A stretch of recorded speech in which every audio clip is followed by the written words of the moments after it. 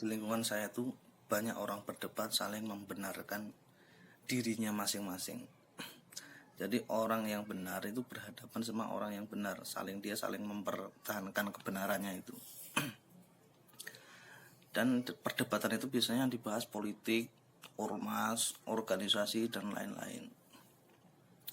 Dan mendengarkan itu semua, saya dapat mengambil apa yang sebenarnya mereka simpulkan.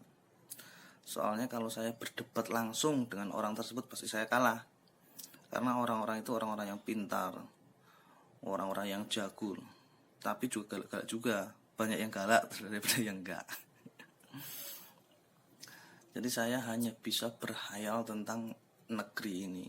Emang negeri ini sangat jelas tidak adanya keadilan. Kira-kira petinggi-petinggi itu dia tahu nggak ya kalau dirinya itu tidak adil? Pasti tidak mungkin kalau dia tidak tahu. Soalnya maling itu tahu kalau maling itu perbuatan yang nggak baik, tapi tetap dilakukan toh. Jadi sebenarnya kita ini memperdebatkan orang yang sudah tahu, dan akhirnya kita habis waktu kita untuk mengasih tahu kepada orang yang sudah tahu. Lawang udah tahu kok dibilangin, ya toh. Orang kan itu udah tahu, berarti dia udah tahu, udah nggak usah dibilangin. Kalau itu diteruskan, yang terjadi kita saling membenci pada saudara-saudara kita, saling berantem sama teman-teman kita. Padahal kalau kita benci sama seseorang, kita itu enggak benci saat itu juga, tapi kita juga menanam kebencian itu di dalam diri kita. Dan suatu saat kalau kita ketemu orang yang kita benci itu, kepala kita akan membuka kembali memori yang sebelumnya sudah kita tanam kebencian itu. Dan lama-kelamaan kita akan mati dengan kebencian yang sudah kita tanam itu. Karena selalu keluar dan terus mengingatkan, kepala ini terus mengingatkan yang sebelumnya sudah kita masukkan kepala kita itu, di kepala kita itu. Makanya jangan galak-galak, yang biasa aja gitu loh. Malah stres ntar kita. Udah buat makan susah, kok malah dibikin stres. Udah susah, dibikin susah, kan rugi 2 kali. Udah menderita, ditambah menderita karena penderitaan, kan rugi 2 kali toh. Kita boleh menderita, tapi jangan merasa menderita karena penderitaan itu.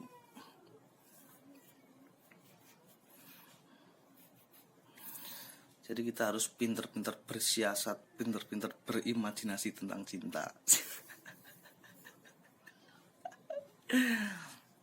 Jadi inget temen saya. Jadi ada suatu hari itu saya bikin kopi. Emang ada teman saya itu kerjaannya emang selalu minum kopi terus, minta minum kopi terus. Dan suatu saat kopi itu saya kasih garam. Nah kebetulan juga dia itu langsung minum, dan itu keasinan tuh, ketawa ngakak itu. tapi kita nggak saling marah, kita bahkan kita ketawa bareng. Jadi peristiwa itu juga akan tertanam di memori kita, dan nggak mungkin kalau kita itu tidak menceritakan kembali peristiwa itu.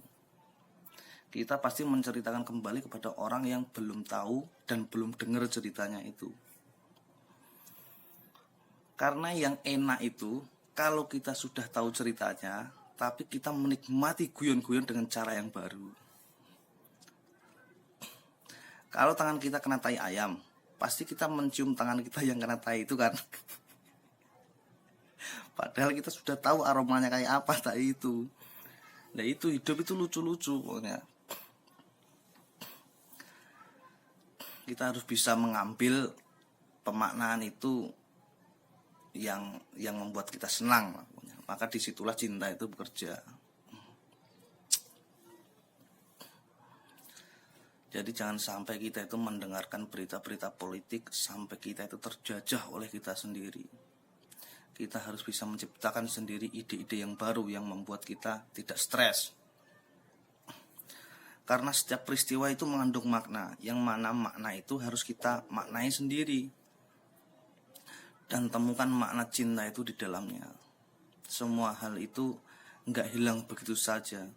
Kita akan selalu diingatkan kembali oleh badan kita, oleh kepala kita. Jadi kita harus bisa berdaulat pada diri kita sendiri. Jangan terombang-ambing kata dia. Terima kasih.